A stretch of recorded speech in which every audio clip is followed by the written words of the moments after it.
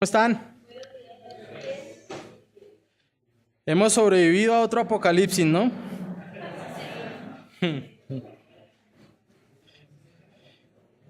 Y los que tenemos, somos del 80 para arriba, 80 para abajo, hemos sobrevivido como a 5 ya.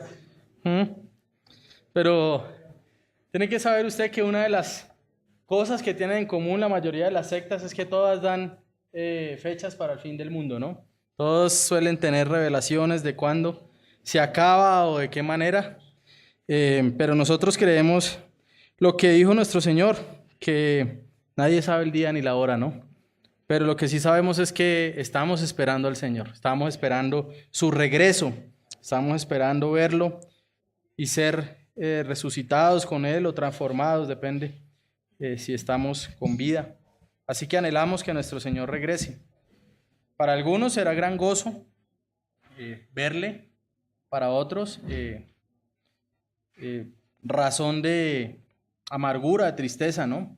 Ante la condenación inminente. Pero nosotros esperamos al Señor y anhelamos que Él regrese. Vamos a orar, hermanos, para dar comienzo a nuestro sermón de hoy. Padre, gracias por esta mañana, por la vida de mis hermanos que están sirviendo hoy, Señor, la maestra de niños, los hermanos en el servicio.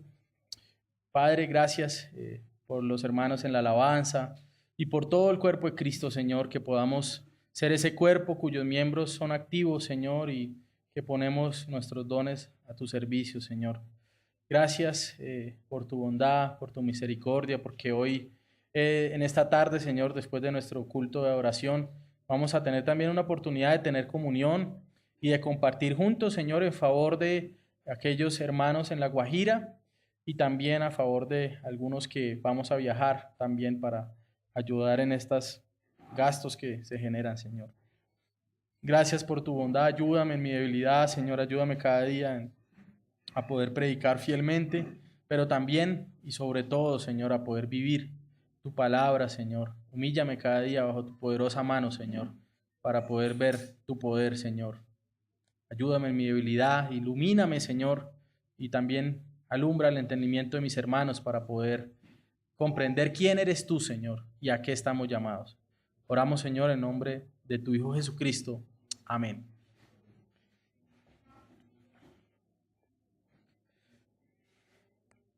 Bueno, hermanos, hace una semana el Señor nos permitió comenzar esta serie sobre el Evangelio de Juan.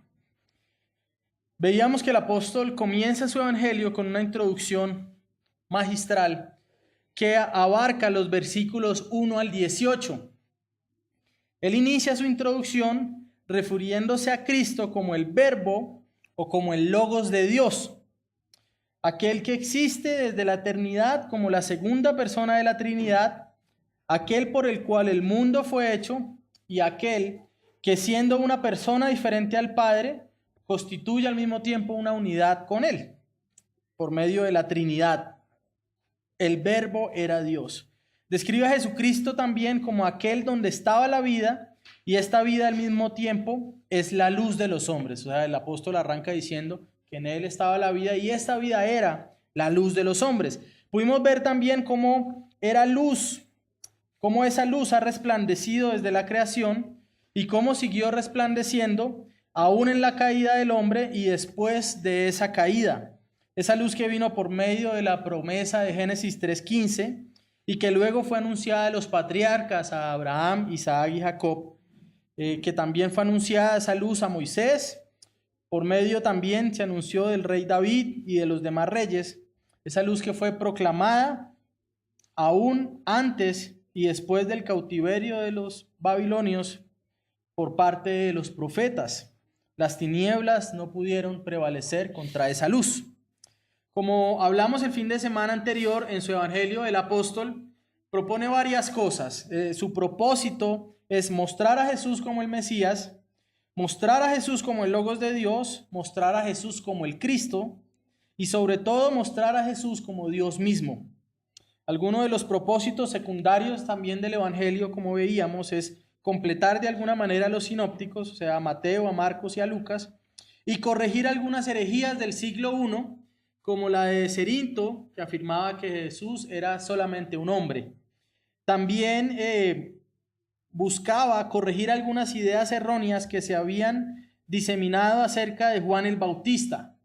Algunas personas estaban idolatrando la figura de Juan el Bautista, al punto que vemos en Hechos 19 que algunos se están bautizando en el nombre de Juan. Nosotros como creyentes necesitamos todo el tiempo ser instruidos por el Señor, porque al más mínimo descuido terminamos idolatrando cualquier cosa, al pastor o a los cantantes, o terminamos haciendo idolatría de cualquier figura erróneamente. Así que ahora veremos en esta parte de la introducción del Evangelio al apóstol, hablando sobre la misión y el propósito de Juan el Bautista, sobre la luz verdadera que viene al mundo y sobre el nuevo nacimiento de aquellos que han recibido la luz. Así que hoy vamos a estar predicando el versículo 6 hasta el versículo 13 y nos vamos a tardar 3 sermones, o sea, el anterior, el de hoy y el siguiente, solamente para ver la introducción que hace Juan del 1 al 18. Vamos a leer nuevamente toda la introducción que hace el apóstol. En el principio era el Verbo, y el Verbo era con Dios, y el Verbo era Dios. Este era en el principio con Dios. Todas las cosas por Él fueron hechas, y sin Él nada de lo que ha sido hecho fue hecho. En Él estaba la vida, y la vida era la luz de los hombres. La luz en las tinieblas resplandece, y las tinieblas no prevalecieron contra ella. Hubo un hombre enviado de Dios, el cual se llamaba Juan. Este vino por testimonio para que diese testimonio de la luz, a fin de que todos creyesen en él. No era él la luz, sino para que diese testimonio de la luz. Aquella luz verdadera que alumbra a todo hombre venía a este mundo. En el mundo estaba, y el mundo por él fue hecho, pero el mundo no le conoció. A lo suyo vino y los suyos no le recibieron, mas a todos los que le recibieron, a los que creen en su nombre, les dio potestad de ser hechos hijos de Dios, los cuales no son engendrados de sangre, ni de voluntad de carne, ni de voluntad de varón, sino de Dios. Y aquel Verbo fue hecho carne, y vimos su gloria, gloria como el unigénito del Padre, lleno de gracia y de verdad.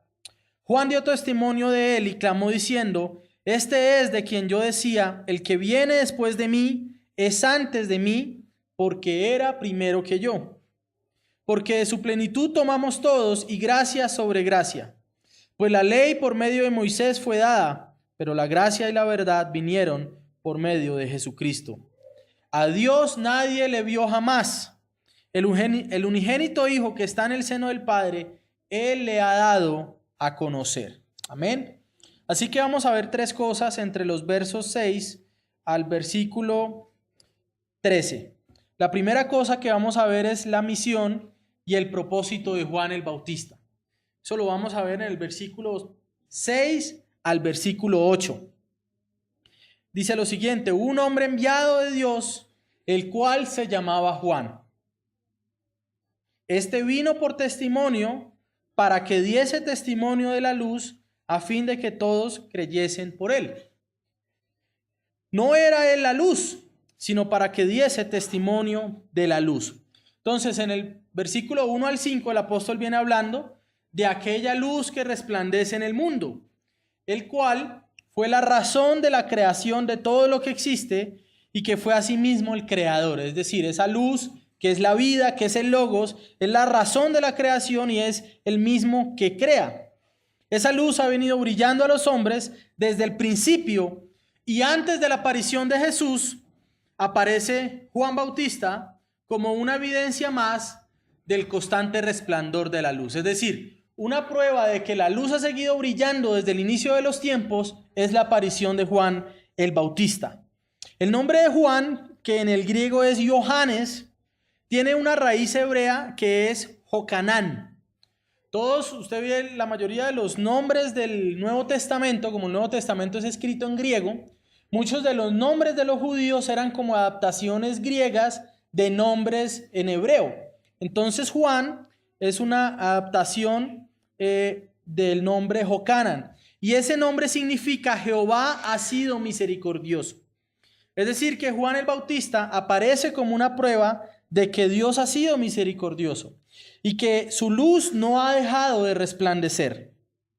El versículo 6 nos habla de Juan como un hombre enviado por Dios.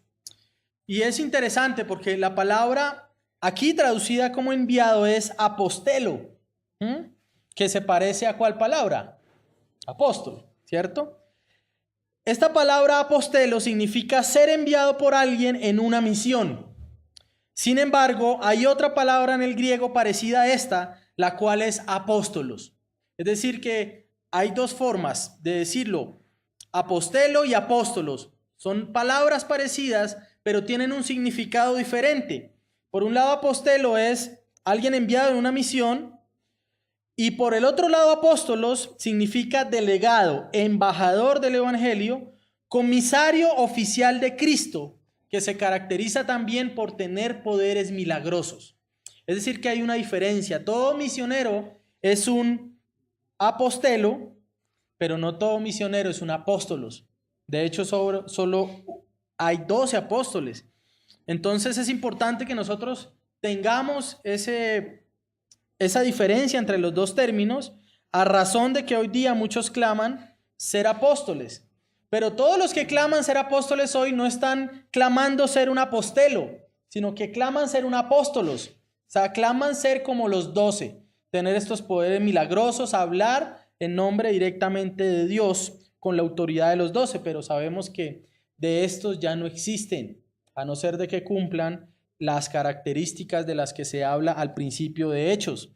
Es decir, haber visto al Señor resucitado y haber estado con el Señor desde el bautismo, cosa que nadie puede hoy cumplir.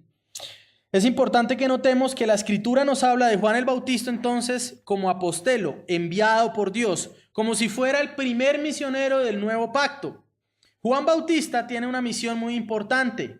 De esa misión habla el versículo 7 y 8. Él mismo en su persona es una muestra de la autenticidad de Jesús como el Cristo, que nosotros vemos que el Antiguo Testamento anuncia que antes de la llegada del Mesías vendría un heraldo, vendría alguien anunciando al Señor, como lo dice el profeta Malaquías en el capítulo 3. He aquí yo envío mi mensajero, el cual preparará el camino delante de mí. Y vendrá entonces este mensajero para mostrar que el Señor se ha acercado. Como dice también el profeta Isaías, vos que clama en el desierto, preparad camino a Jehová, enderezad calzada en la soledad a nuestro Dios. Isaías 40. Así que Juan también puede ser considerado como el último profeta del viejo orden, o el último profeta del Antiguo Testamento. Sus vestiduras con piel de camello, su alimentación con miel y langostas, no las langostas marinas, sino esas que son como una especie de cucarachas, ¿cierto? Su forma de predicación llamando al arrepentimiento en el desierto nos recuerda a los profetas como Elías. Pero al mismo tiempo, Juan se presenta como el primer profeta del nuevo pacto, anunciando que ha llegado el Hijo de Dios, que ha llegado el Cordero, aquel a quien apuntaban los sacrificios, el templo y todas las cosas del Antiguo Testamento. Es muy importante la figura de Juan el Bautista. Recordemos que habían pasado 400 años en los que el Señor no había vuelto a hablar a Israel. Bueno, de forma audible algún profeta. El Señor venía hablando al pueblo, pero ahora por medio de la palabra escrita. O sea, es decir, ellos iban a los rollos, ellos iban a las palabras de los profetas para escuchar a Dios, pero no se había levantado profeta durante 400 años. Y entonces irrumpe Juan Bautista. Esta figura peculiar, alguien que predica en el desierto, que come langostas, que come miel, que se viste de piel de camello y que anuncia que hay que arrepentirse porque el reino de Dios ha llegado. Es por eso que el Señor, cuando se refiere a Juan Bautista en Mateo 11, quiero que vayamos ahí rápidamente, en Mateo 11 sucede algo bien particular. Juan Bautista es proclamado, es encerrado en la cárcel. Y él está allí en la cárcel. Él había anunciado que había llegado el Cristo. Él había anunciado que había llegado el Mesías, que había llegado aquel que iba a librar al pueblo, pero ahora él se encuentra encarcelado. Entonces, para Juan fue un conflicto en su fe Y Juan Bautista entonces manda desde la cárcel a preguntarle a Jesús si él es el Cristo. Es como si Juan dijera, oye, yo anuncié que tú habías llegado, pero ahora tengo una duda en mi fe. Ahora necesito que tú me confirmes si tú eres el que ha de venir o si va a venir alguien más. Y fíjese cómo el Señor responde ante la duda de Juan y cómo Cristo trata con las dudas que nosotros mismos tenemos en nuestra fe. ¿Cuánto no hemos tenido dudas en nuestra fe? ¿Cuánto no hemos por momentos dudado de que el Señor realmente sea el Señor? ¿Cuántas veces no hemos dudado incluso de nuestra salvación? Pero me gusta mucho la respuesta que el Señor da al referirse a Juan el Bautista.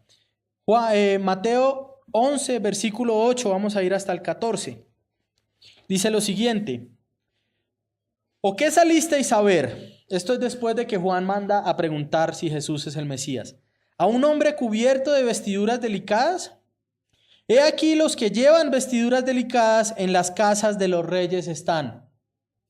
¿Pero qué salisteis a ver? ¿A un profeta?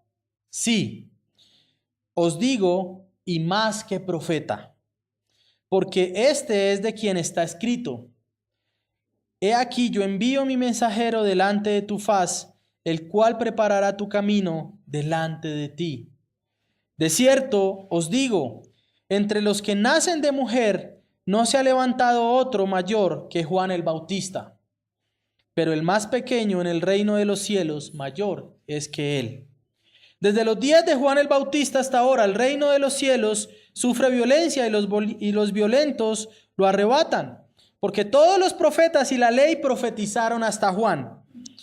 Y si queréis recibirlo, él es aquel Elías que había de venir. Qué tremendo como el Señor se refiere a Juan, ¿no? Y no estamos hablando del Juan que dice, he aquí el Cordero de Dios, sino estamos hablando de Juan en un episodio de su vida de debilidad, en un episodio de su vida donde su fe ha flaqueado. Aún con las dudas, el Señor se refiere a él como el mayor de los profetas.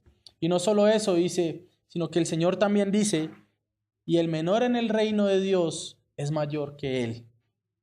Así que vemos la gran importancia de Juan el Bautista, pero es necesario también entender su misión. Primero, es alguien que ha sido enviado por Dios, vino a dar testimonio del Señor, y cuando habla acá, en el versículo 7 dice, este vino por testimonio para que diese testimonio. Las dos palabras ahí son traducidas como testimonio, pero tienen significados algo diferentes. La primera, cuando dice este vino por testimonio, es una palabra en griego que se dice marturia y que significa una prueba judicial que es dada en un juicio como un testigo, ¿sí? Es decir, que si aparece en un juicio hacia Dios, Juan era aquel testigo que se iba a llamar para que él diera testimonio de que Dios ha enviado a su luz. Así que por un lado es un testigo o una prueba judicial, pero Juan también viene para que diese testimonio. Es una palabra diferente que es martureo. Significa testificar, dar testimonio, tener un informe honesto de algo que presenció. Es decir, que Juan el Bautista se muestra como una prueba, pero también se muestra como una prueba que habla de los hechos. Así que es testimonio, da testimonio. Y el propósito de Juan entonces es que los hombres creyeran en Jesús, que confiaran en Cristo y que tuvieran fe en Él como el Cordero de Dios que era capaz de quitar el pecado.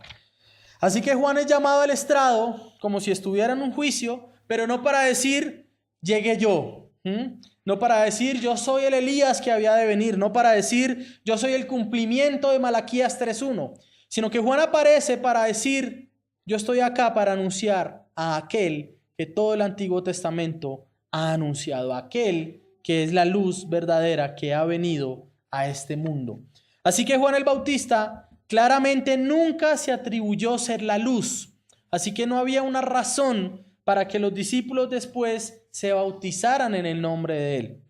Siempre se presenta Juan como un testigo de esa luz verdadera que llega al mundo. Juan siempre se presenta y se muestra como un siervo de Cristo. Y aunque la gente lo seguía, siempre buscaba que la atención fuera puesta sobre Jesús. Recordamos aquella vez cuando Juan dice, es necesario que yo ¿qué? Mengüe para que Él crezca. Es decir, imagínese usted teniendo muchos seguidores, cualquiera se ve seducido a decir, bueno, sígame. Heme aquí estoy yo. Pero Juan, en medio de la dificultad que nuestro propio pecado puede generar, y el orgullo y la altivez y todas estas cosas, Juan siempre apunta hacia Cristo. Así que, luego de hablar de aquel que da testimonio de la luz, el apóstol Juan retoma para hablar de la luz verdadera. Versículo 9 al 11.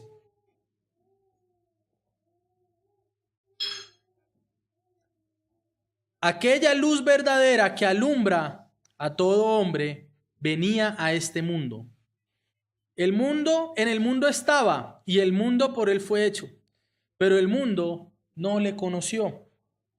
A lo suyo vino y los suyos no le recibieron. Así que la luz verdadera entonces viene al mundo. El apóstol se refiere a Cristo entonces como la luz verdadera. Cristo es aquella luz real, ideal, genuina. Todas las luces creadas en Génesis no tienen otro propósito sino mostrar al hombre que hay una luz superior de la cual ellas son solo imitadoras. Así que el término luz acá no trata de describir, tomar un ejemplo de la luz para mostrar cómo es Cristo, sino lo que hace el apóstol Juan es decir, las luces del cielo, las estrellas, el sol y demás fueron hechas para mostrar un poco de lo que es la luz de Cristo. Cristo es la luz genuina de esta tierra. Él es el verbo entonces. Él es la luz perfecta ante cuya brillantez todas las demás luces parecen casi oscuras. Es como si usted fuera a comparar al más potente reflector, aquellos que trabajan en luces o han hecho producción. Si usted tiene un reflector de esos que son bien fuertes, pero usted no va a utilizar ese reflector en un espacio abierto donde hay un fuerte sol. ¿Por qué? Porque no es necesario. Así entonces, Cristo es como ese sol que alumbra todas las cosas, y el mismo sol, las estrellas y todos esos astros creados por Dios son como pequeños reflectores comparados con Él. Es por eso que en Apocalipsis capítulo 22, cuando se nos habla de la nueva creación, el apóstol Juan nuevamente dice que Cristo es aquella luz en la nueva creación. Por eso él dice, ya no hay necesidad de luz del sol.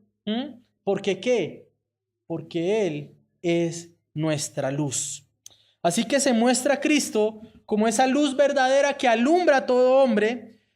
Y tal vez nos podamos preguntar, pastor, si Él es la luz que alumbra a todo hombre, ¿por qué no todos los hombres son salvos?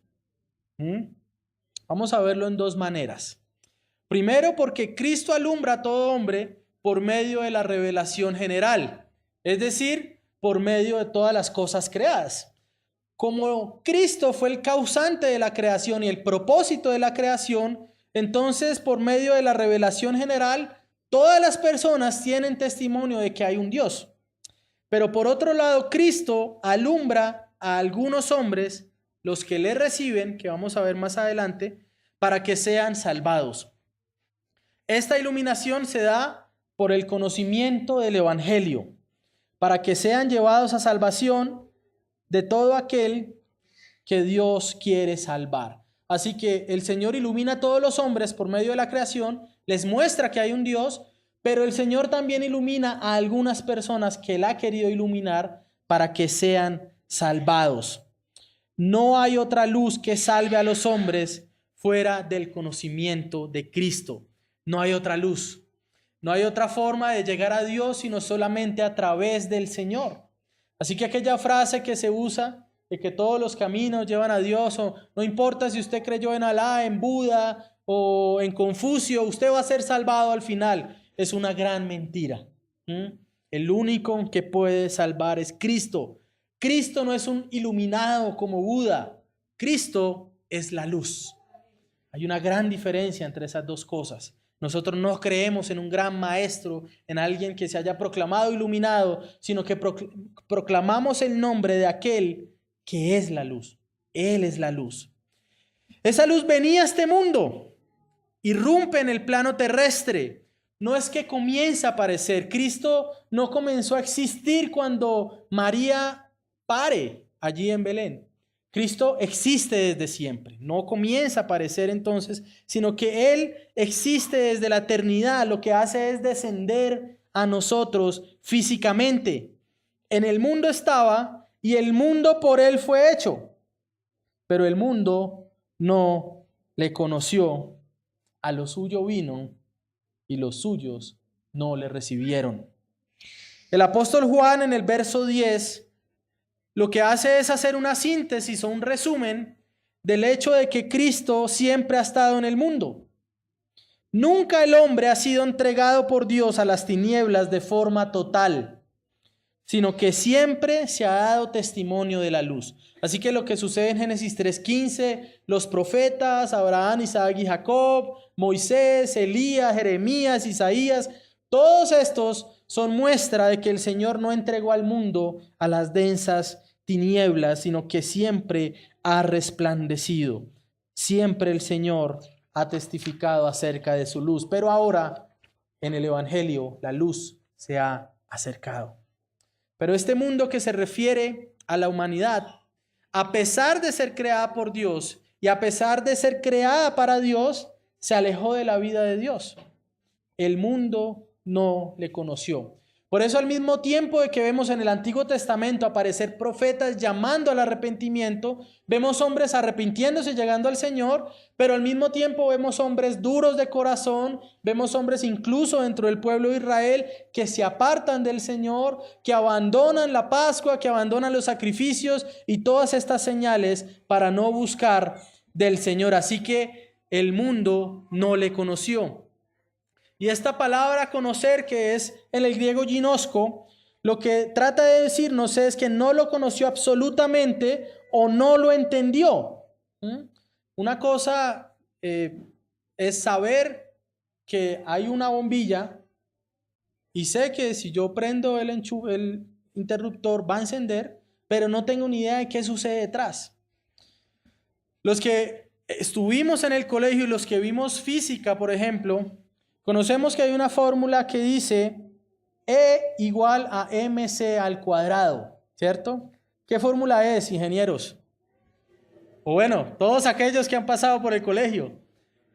Es la fórmula que relaciona la energía con la masa y fue dada por Albert Einstein. Todos sabemos eso. Sí, hay una en la energía, entonces es masa, m es masa, c es la velocidad de la luz. Pero ¿cuántos de nosotros podemos hacer una demostración de esa fórmula? Tal vez ninguno, pero sabemos que está ahí. Entonces la luz había alumbrado al mundo, pero el mundo no le conoció, es decir, no entendió a ese Dios que se estaba revelando. No quiso buscarlo, no quiso abrazarlo. Dice, a lo suyo vino y los suyos no le conocieron. El apóstol entonces da un giro y pasa a referirse a algunas personas que se refiere como los suyos. Estos suyos que se refiere acá es al pueblo de Israel, a los cuales Dios durante toda la historia había mostrado su luz por medio de los actos salvíficos. ¿Cuál fue el pueblo que vio más las evidencias del poder de Dios? Israel. El mar abrirse, las perdices bajar, el maná del cielo, ¿cierto? Todas las señales que hizo Moisés para salvarlos, el foso de los leones, el horno de fuego. Israel, como esos suyos de los que se habla acá, había tenido testimonio de la luz de Dios por medio del templo, de los sacrificios, de los profetas, pero ellos no le recibieron, no quisieron conocerle.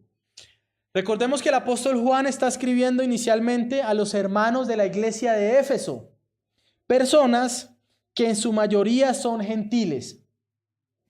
Ellos tienen que entender que la salvación de Cristo no era solamente para los judíos. De hecho, él está mostrando que en gran parte los judíos, a quienes el Señor se presentó primero, lo han rechazado como la luz de este mundo. Así que esta luz también se vuelca para iluminar a todo hombre y para que toda persona de toda tribu, lengua y nación tenga la posibilidad de ser salvado.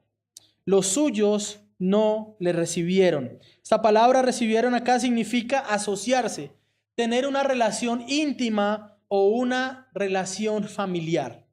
Mi hermano en estos días ha estado trabajando en unas encuestas de catastro y le dieron una muestra aleatoria para ir a hacer unas entrevistas a algunas casas. Y él me estaba contando que llegaba a algunos lugares y timbraba y la gente se asomaba. Y le preguntaban que a qué iba y él mostraba la carta del distrito y todo lo que estaba haciendo en ese trabajo. Y algunas personas le abrían la puerta y lo atendían ahí. Contestaban 4 o 5 preguntas. Pero algunos ni siquiera le abrieron, sino que le gritaban desde adentro de las casas: no existe el más mínimo peligro de que lo deje entrar o de que le responda ninguna pregunta. Váyase. Pero algunos sí lo invitaron a entrar y algunos incluso le invitaron café y estas cosas. Así que no es lo mismo recibir a una persona o darle algún contacto que asociarse o tener una relación íntima o familiar. En el mejor de los casos a mi hermano lo recibieron y le dieron tinto, pero ninguno le dijo: déjame tratarte como un pariente. ¿Qué más necesitas? Así que el Señor viene a los suyos, pero los suyos no le recibieron. No quisieron tener una relación íntima y familiar con Cristo. Entonces el apóstol nos muestra que todos han rechazado a Cristo, que todos han rechazado a Dios, todo el mundo, y de una manera particular el pueblo judío ha rechazado a Dios, a excepción de algunas personas. Y de estas es de las que hablan el versículo 12 y 13. Y vamos a hablar acerca del nuevo nacimiento de los que han recibido la luz. Así que versículo 12 y 13 dice lo siguiente. Viene hablando de los que rechazan, pero acá cambia y empieza a hablar de otro tipo de personas. Mas a todos los que ¿qué? Recibieron, quisieron tener una relación personal, íntima con Él, a los que creen en su nombre, les dio potestad de ser hechos ¿qué? Hijos de Dios, los cuales no son engendrados de sangre, ni de voluntad de carne, ni de voluntad de varón, sino de Dios.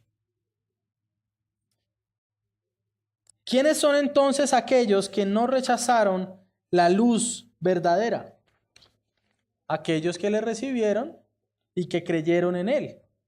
Hendrickson dice sobre este pasaje lo siguiente, y cito: a pesar de que el mundo y su representante, el pueblo judío, rechazó al Salvador, algunas personas lo aceptaron. Son estas personas quienes recibieron el mayor favor espiritual, sin consideración de nacionalidad o ascendencia física. Así que estos que le recibieron, que quisieron tener una relación de cercanía y de intimidad con el Salvador, sean judíos o sean gentiles, son los que son hechos hijos de Dios. Son aquellos que reciben al Salvador, aquellos que pueden tener ese título de familiaridad con Dios. Para los judíos esto es parte de su orgullo religioso. Recordemos que constantemente cuando ellos discuten con el Señor, ellos se presentan a sí mismos ¿de qué manera? ¿Cómo se autodenominaban ellos cuando hablaban con el Señor? Nosotros somos ¿qué? Hijos de Abraham, ¿cierto? ¿Y tú quién eres? Le decían al Señor. A veces incluso lo llamaban samaritano o le llamaban bastardo, pero esta familiaridad de la que ellos hacían gran alarde, se contrastaba con la forma como Jesús los trataba.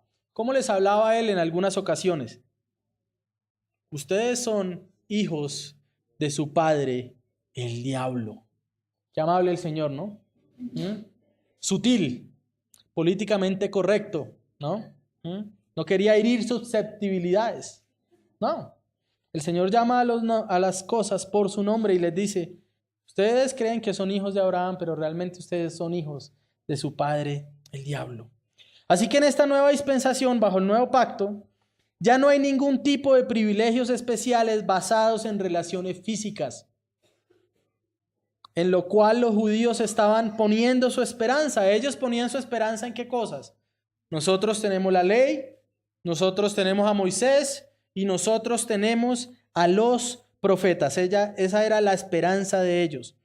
Pero acá se está hablando de ser hijo de Dios de una manera distinta como los judíos la concebían. Aquellos que reciben la luz verdadera, entonces, hay algunas consecuencias de recibir a esa luz verdadera. Primero, les dio potestad. Esa palabra que significa exousia, potestad, significa privilegio, capacidad, poder, autoridad y derecho. Es decir, que aquellos que reciben al Señor, aquellos que creen que Él es la luz, se les da el privilegio.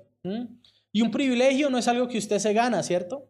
Un privilegio es algo que se lo regalan, que usted no hizo nada para merecerlo. Se le da el privilegio, entonces, se nos da a nosotros como creyentes un derecho y un privilegio de ser hijos de Dios por medio de la adopción. Si llegamos a ser hijos, quiere decir que antes no lo éramos, ¿cierto? Así que aquella frase también que nos gusta decir, y es que todos somos hijos de Dios, ¿cierto? La gente le dice a uno, no, pues el Señor igual quiere a sus hijos, sí. La pregunta ¿es usted hijo de Dios? No todos son hijos de Dios. A la gente le gusta, sobre todo a aquellos que están apartados de Dios, ¿no? Es irónico, ¿no? Porque están lejos de Dios, pero dicen, no, pero es que todos somos hijos de Dios. Pero no lo buscan, no lo siguen, no leen sus escrituras. Así que se nos da el derecho y el privilegio. Efesios 2 nos muestra que estábamos muertos en delitos, muertos en pecados. Nos muestra que somos hijos de ira. Así que si hay algo que sean todas las personas, es ser hijos de ira. Así que si el incrédulo cree que todos son hijos de Dios, lo que realmente sucede es que él y todos son hijos de ira, a no ser de que sean o de que reciben la potestad de ser llamados hijos de Dios. Pero recibir a Cristo por medio de la fe entonces nos da ese privilegio, nos adopta como hijos de Dios. Éramos hijos de ira, por medio de la gracia y de la fe, somos ahora entonces llamados hijos de Dios. ¿A quiénes les da potestad? A los que creen en su nombre, a los que confían en Él, a los que tienen fe y reconocen que Él es la luz verdadera. Así que no se trata de creer en Jesús, sino de creer en que Jesús es el que dijo ser. Porque usted sale a la calle y le pregunta a 10 y tal vez 9 le digan, sí, yo creo en Jesús. Yo sé que existió, no puedo negarlo, hay registros históricos, hay evidencias, pero pregúntele a la gente quién es Jesús. Pregúntele a aquellos que le dicen yo creo que Jesús existió, pregúntele quién es Él. Algunos le van a decir, fue un maestro moral, un buen ejemplo. Otros le van a responder, fue un profeta, solamente. Otros le van a responder, fue alguien muy inteligente que engañó personas y hizo ilusiones para que creyeran que eran milagros. Es el peor de los casos, ¿sí? Pero la pregunta entonces es, ¿quién es Jesús? Y de eso se trata lo que está hablando acá. Surge la pregunta entonces, ¿quién cree usted que es Jesús? ¿Quién cree usted que es Él? No es posible que alguien nacido de nuevo crea en Cristo como un profeta o como un ejemplo moral. Si alguien dice que Jesús es eso, esa persona no ha nacido de nuevo, esa persona no ha conocido a Dios, esa persona aún es un hijo de ira. Todo aquel que nace de nuevo confiesa que Jesús es el Señor, confiesa que Jesús es el Mesías, confiesa que Jesús es el Cristo, confiesa que Jesús es Dios. Así que si los judíos se gloriaban por ser hijos de Abraham, los creyentes, nosotros, incluyendo los gentiles, podemos gloriarnos en el hecho de que somos hijos de Dios. Esto es mejor que ser hijos de Abraham. Esto es infinitamente mejor que ser hijos de Roma para la época del siglo I. Ellos, los que escuchan esta carta por primera vez, y nosotros, hermanos, debemos tener esa esperanza. Somos hechos hijos de Dios en un instante, en nuestra conversión. Sin embargo, ser hijo de Dios también es un proceso gradual. Voy a explicar esto para que no darme a entender de una forma errada. La suprema realización o plenitud de ser hijo de Dios se ha reservado para el futuro. Es decir, en el momento que hay conversión en mi corazón, que el Señor transforma mi corazón para creer en Cristo, he nacido de nuevo. Sin embargo, la Biblia me habla que hay una realización plena de ser hijo de Dios en el futuro, en la cual seremos librados de toda impureza, de todo pecado, y seremos en santidad y en amor como nuestro Señor. Eso se hará completamente manifiesto en nosotros. Podemos decir entonces, ¿somos hijos de Dios? Sí, pero ¿qué sucede? Que aún pecamos. ¿Qué sucede? Que aún tenemos luchas con el pecado. Así que, aunque somos hijos de Dios, también llegaremos a ser hijos de Dios. Es decir, llegaremos a la plenitud de lo que es ser hijo de Dios perfectamente. Esa es parte de la tensión también que conocemos como el ya, pero todavía no. Ya soy hijo de Dios, pero todavía no he sido resucitado. Ya soy hijo de Dios, pero aún peco. Ya soy hijo de Dios, pero aún me enfermo. Ya soy hijo de Dios, pero aún hay una esperanza futura. Eso lo podemos ver también en 1 de Juan, capítulo 3, versículo 2 y 3. Y esto prediqué creo que hace como unos 6 meses tal vez acerca de esto. 1 de Juan, el apóstol Juan nuevamente nos dice lo siguiente. 1 de Juan, capítulo 2.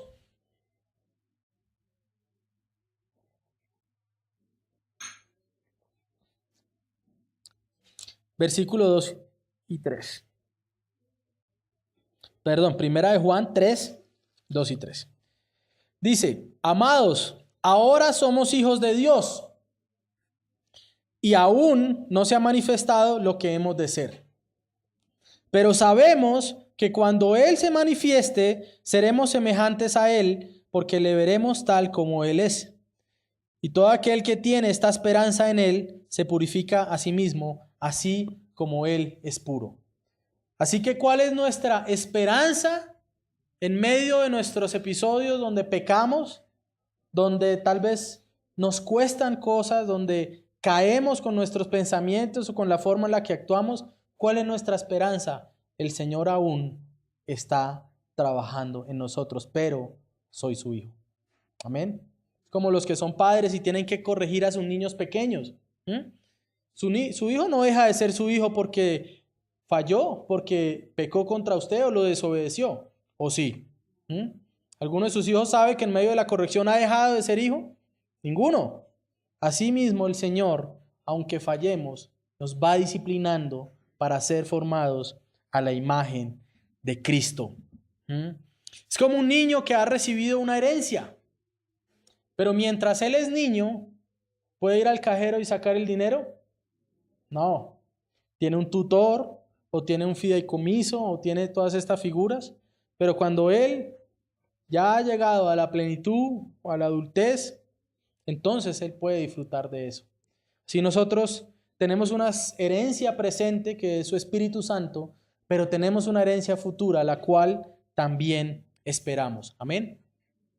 Así que, hermano, si usted ha pecado, como yo he pecado también, si usted falla como yo he fallado, y si usted tiene luchas aún, un montón, algunos más que otros, puede tener aún confianza en que el Señor sigue obrando en usted. Así que en este punto, en el versículo 12, mas a todos los que le recibieron, a los que creen en su nombre, les dio potestad de ser hechos hijos de Dios.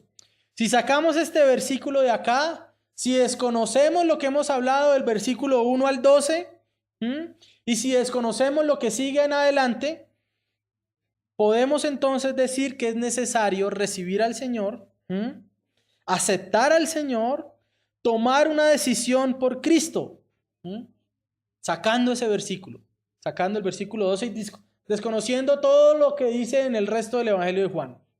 Sáquelo y entonces ahí sí puede creer eso. Pero este versículo no está solo. El Evangelio de Juan no es solo este versículo, sino que continúa hablando muchas cosas más. Y en el versículo 13 nos aclara. El apóstol Juan nos quiere guardar de pensar que se trata de nosotros. Quiere evitarnos pensar que yo recibí a Cristo, entonces, a causa de que yo lo recibí, puedo ser considerado hijo de Dios. Los cuales, ¿qué dice el verso 13? No son engendrados ¿de qué? De sangre, ni de voluntad de carne, ni de voluntad de varón, sino de Dios. El Señor quiere que tengamos algo claro. No se trata de nosotros.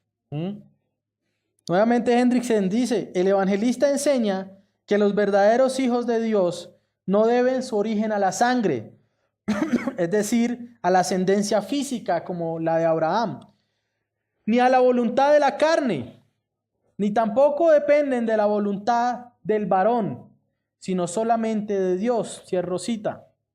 El evangelista entonces lo que quiere enfatizar es que no hay nada en nosotros que nos haya hecho merecedores o decisores de nuestro nuevo nacimiento por medio del cual somos hechos hijos de Dios, aceptando a Cristo y reconociéndole como la luz verdadera, como el Logos de Dios, como el Mesías y como Dios mismo.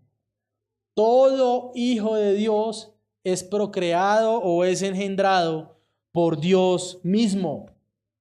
Y así como Cristo en su nacimiento, en su concepción, José no tuvo nada que ver ahí, ¿cierto? Nada. María no había sido aún tocada por él.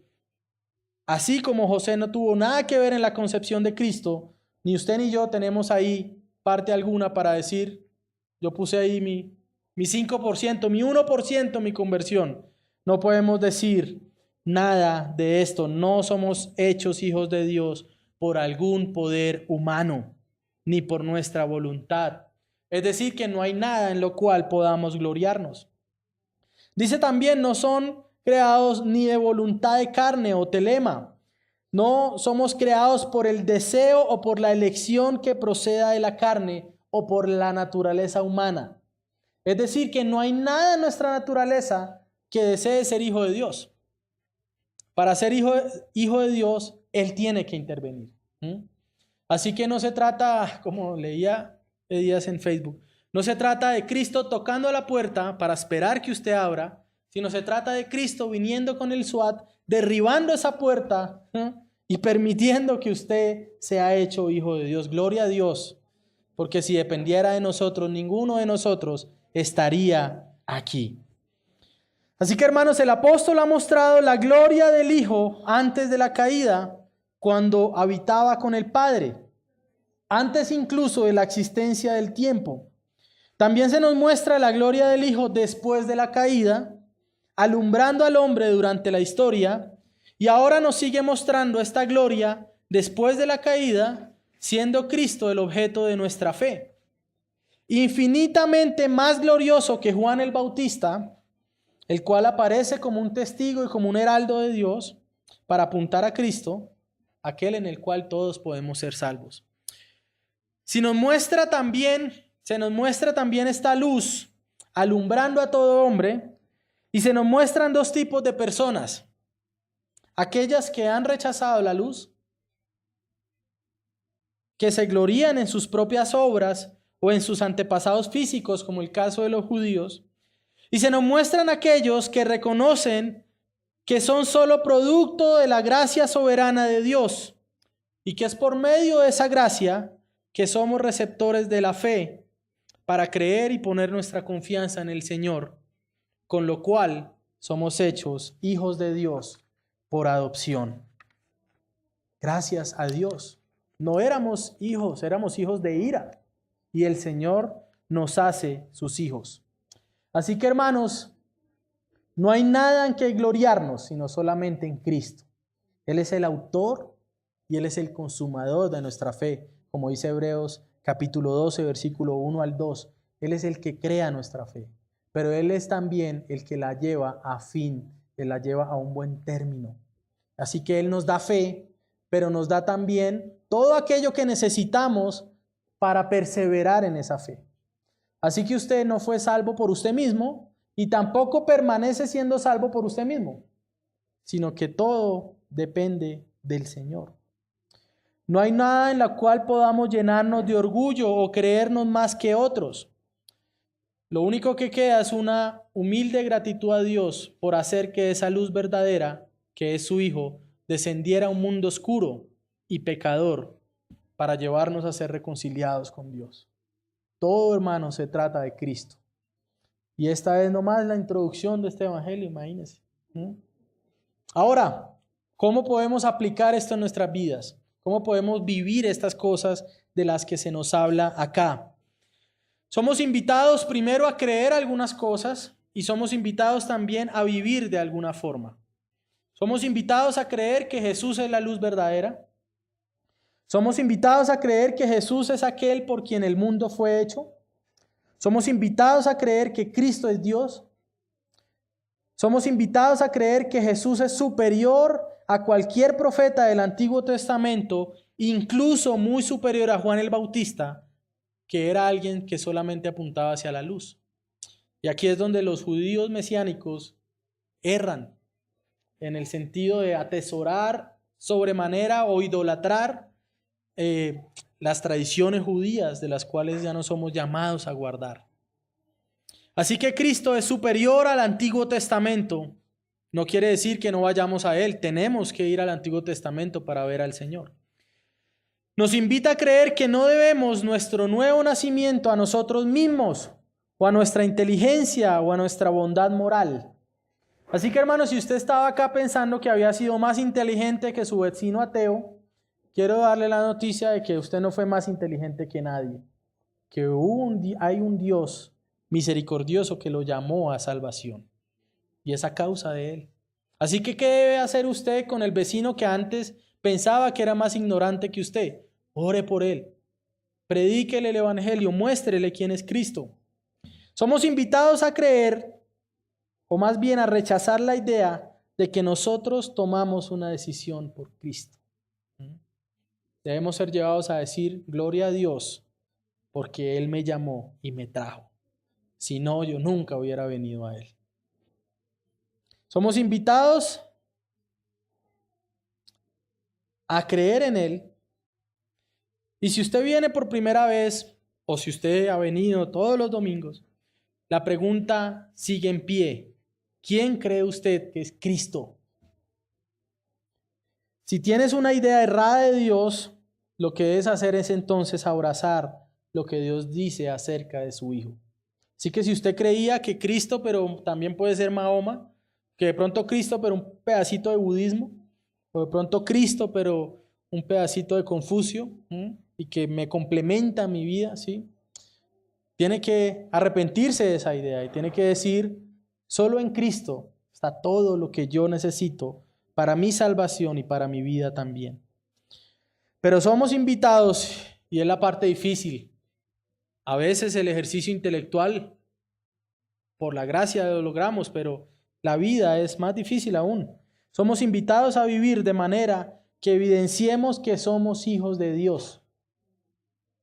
Somos invitados a vivir de manera que nos amemos unos a otros al reconocer que mi hermano es una obra de la gracia de Dios. ¿Sabe por qué aún tenemos problemas entre hermanos? Porque aunque somos hijos, todavía no somos hijos perfeccionados. ¿Dónde tendrá usted una relación perfecta con su hermano de la iglesia? ¿Cuándo? Cuando el Señor regrese. Así que mientras eso suceda, estamos aún expuestos a dificultades, a roces. No que pasa todo el tiempo, pero puede pasar. Y eso nos debe llevar a recordar que anhelamos una esperanza futura, donde todos finalmente nos amemos de la manera correcta, ¿cierto? Que nos cuesta entre hermanos aún. Somos llamados a vivir buscando que se pueda mostrar a otros la luz verdadera, que es Cristo. Lejos de nosotros sea mostrarnos como un pequeño Mesías, o sea, lejos de nosotros mostrarnos como un Jehová Junior, como dicen el hereje, sino que somos llevados no a mostrar una luz en nosotros, sino a mostrar la luz de Cristo. Somos como ese reflector. Es como la luna, ella no ilumina por sí misma, ella lo único que hace es reflejar la luz del sol. Asimismo nosotros, aunque no somos la luz, sí estamos llamados a reflejar aquella luz de Cristo. Somos llevados a vivir, invitados a vivir reconociendo nuestra humildad y el poder de Dios que puede traer a pecadores como nosotros para que sean sus hijos. Amén. Así que debemos darle gracias a Dios porque Él es el único que puede tener hijos como nosotros. Él es el único que puede convertir pecadores como nosotros en sus hijos amados. Nos ama, gloria a Dios. ¿Por qué nos escogió? Porque nos amó. ¿Por qué nos amó? No sabemos. No lo podemos explicar, pero sabemos que nos amó. Gloria a Dios por eso y que Él nos ayude a vivir estas cosas. Amén. Vamos a orar, hermanos. Gracias, Señor, por este tiempo, por la vida de mis hermanos acá presentes, Señor. Te pedimos, Señor, que sea tu misericordia, Dios, que sea tu gracia la que todos los días nos sostenga, Señor. Lejos de nosotros sea confiar en nosotros mismos. Apártanos de la idea falsa de que la salvación depende de nosotros, Señor. Pero al mismo tiempo convéncenos de que estamos llamados a reflejar la salvación. Padre, gracias por tu bondad, gracias por salvarnos. Gracias por traer pecadores como nosotros al conocimiento de ti, Señor. Gracias por traernos habiendo sido hijos de ira, Señor, para ahora ser reconciliados y ser adoptados como tus hijos, Señor. Gloria a ti, Dios, porque nadie más puede hacer las cosas que tú haces, Señor. Gracias por el milagro del nuevo nacimiento, a través del cual nosotros podemos ver a Cristo como la luz del mundo, como el Mesías, como el Salvador, como el Cristo y como Dios mismo, Señor. Gracias, porque es por tu poder infinito que hiciste esto en nosotros, Señor. Ayúdanos también a perseverar, Señor. Tú sabes cuánto nos cuesta. Solo tú sabes nuestra lucha, solo tú sabes que nos justificamos a nosotros mismos cuando somos confrontados con el pecado, pero sabes también, Señor, que anhelamos ser más como tú. Ayúdanos en ese proceso, ayúdanos en la santificación, ayúdanos a perseverar, ayúdanos a reflejar a nuestros hermanos y a nuestra familia quién eres tú, Señor. Gracias por tu bondad y por este día que tenemos, Señor. Gloria a ti, Dios. Oramos en el nombre de Jesús. Amén.